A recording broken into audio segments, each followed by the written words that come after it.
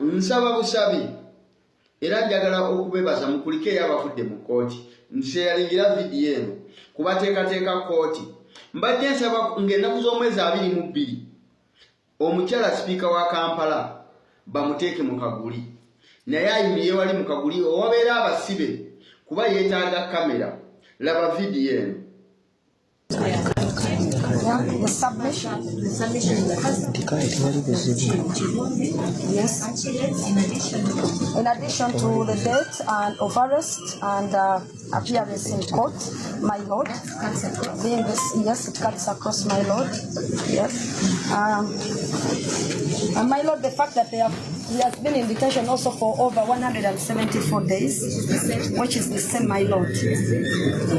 My lord, at this juncture, allow me to present, my lord, the sureties. On this record, his credentials. His credentials, I mean his national ID and his date of introduction. My lord, the accused person has a fixed place of abode. My lord, the national ID and else one letter already on court record, my lord. Photocopy here, can I look at the national origin? My lord, we undertake to present the original before the court ruling. Have the original national ID before me? My lord, we do not have the original national ID and the also one letter as we speak in original for the applicant. Yes. Original else one letter. Whatever video omukyala Samuel Malende abadde awaayo submission ze eri omulamuzi nga zaalabika atudde side yawali nga ku side y'okaguli nga yetegeeza Samuel Malende byakola. Analinda ba program eyo ng'egamba kwaliko omwami omukulu businessman n'agamba nti abavubuka abaana ab'obuwala temukyawanga baami bammwe lwakuba tebalina ssente nga balina vision. Ogenda omusajja alina television kuba oyagala kulaba firimu katuni gataliiko nfuufu. Oleka omuvubuka olwo alina vision. Bw'oba teweegendereza ennyo oyinza okutuula ku TV ono omusajja eyakusigula ku mulenzi owa vision n'otuula ku TV ogirabe n'olabako bbaawo oli omulenzi gwe wakyawo owa vision. Kuba ku television batuuzaako muntu alina vision. So mwabaagala okutegeera abalina vision entegeera yaabwe n'enkola yaabwe mwe mulina tuula ku television.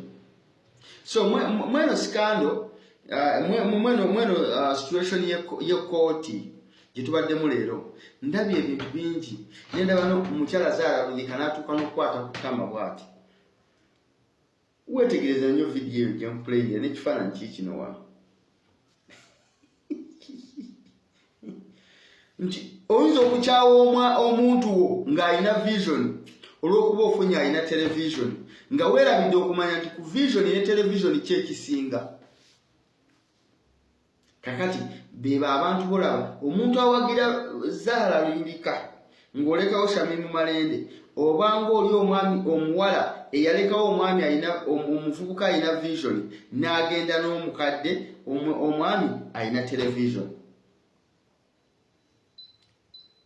Netegereza Katemba omukyalo ogwazanyidde mu kooti yasoose kutuula wano mulabawo watudde wano ng'atudde mabega wa ACG kati mugenda kunyiiga naye nze mbaako nga mbeetegeeza mbaddewo buli kyali kigenda maaso mbadde nkiraba. Yasoose kutuula wano yagezanga tekimumalira ng'alina okunoonya kamera we zimukwatira era agenze n'ayimirira ku balamuzi okuba lawyers emabega w'abalooya n'alyoka yeekukuutirizaawo. Tekimumalidde n'avaawo n'agenda kaguli kubanga kamera we ziri nti omulamuzi bw'aba akola omulimu gwe aba alina okutunula ku musibe. Kakati zaala kyakoze agendedde ddala wabeera abasibe. Gye nabadde njogera ku kintu kye bayita empathy and sympathy. Ekyo kye nabadde ntegeeza nti ono kati naye abadde agenze nnoonyayo sympathy. Okitegedde gy'obwera osonyonyi abadde mu kkooti naye nzoga tabadde namu Nezaala yeekukutiriza n'ava gye baamuwadde entebe gye yabadde atudde wano n'avaawo n'alyoka afubutuka n'agenda n'ayimira mabega w'abalooya wano w'omulaba awo emabega ng'ali ku balooya emabega. Bw'avudde awo tekimumalidde n'alaba ng'awo tebamulaba n'agamba kati nnumbye akaguli naye ng'akali bweru.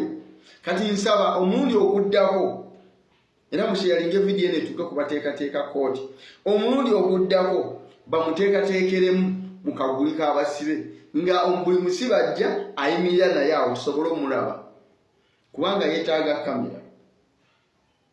So kabadde kabayizawe naye nga kyenjagala okubagamba ki nti tulina okubeera focused bwe tuba bakwangula lino ggwanga.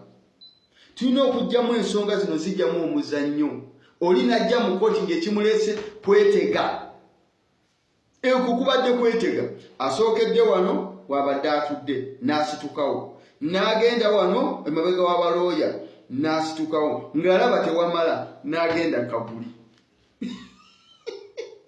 Kati next time nga 22 gwe basoosa mu kaguli.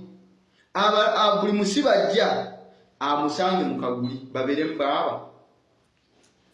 Kati awo ba politician bemugamba nti bagenda okulembera liberation ya temukola era nemukola n'omuzannyo gwonna. Temuwabaona muntu abawuddiisa yadde abawa amagezi nti temugenda kuwasha mu malende kaadi. Awo muba mu muzannyo. Era omuntu asookera ku makyo ogambe nti Shamim Malende bamuggyeko kaadi oba oyagaliza abantu okubasiba oba obaagaliza komera.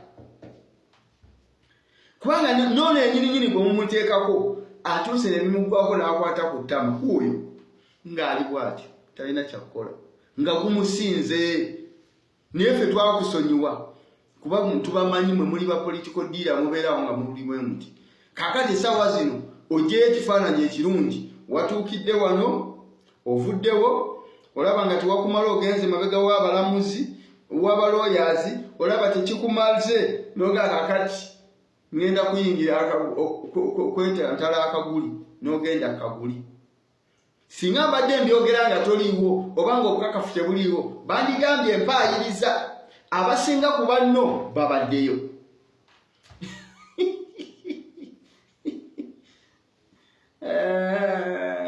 Kati ensi mwe tuli byebyobufuzi. Kansembyeyo okwogera ku nnamba y'abantu abadde ku kooti. Bw'oba weetegereza ennaku zino ennyimbe awantu wonna awali kamera ennyingi n'abantu abangi bannabyabufuzi be basooka okujjuzaawo. Naye amazima tubadde emabegaawo nga kooti ebeeramu ba lawyers n'abantu nga 40 oba 3. Niyo olw'okuba kati muli mu katuuka kaadi mufiirawo mwenna muggwerayo mu kooti abamu batugobye n'otugoberaga musigale ebweru. Bibo ba politician bemugamba nti betulindinze nabo okulembera eggwanga okukyusa eggwanga. Kwakati singa mbuuza madamu Zahra Lyulika kiki ekibadde kimutwala mu maaso atuuse n'okusiikiriza looya atuuse n'okusiikiriza omulamuzi ng'omulamuzi talengera basibe. Kati nsaba ngenda kusomeza 22 Zahra gwe basoosa mu kaguli babeeremu aba buli musibe ajja nga yayimiriramu naye kuba yeetaaga kamera zimukole ki zimulabe naye mugezanga ne mukola era.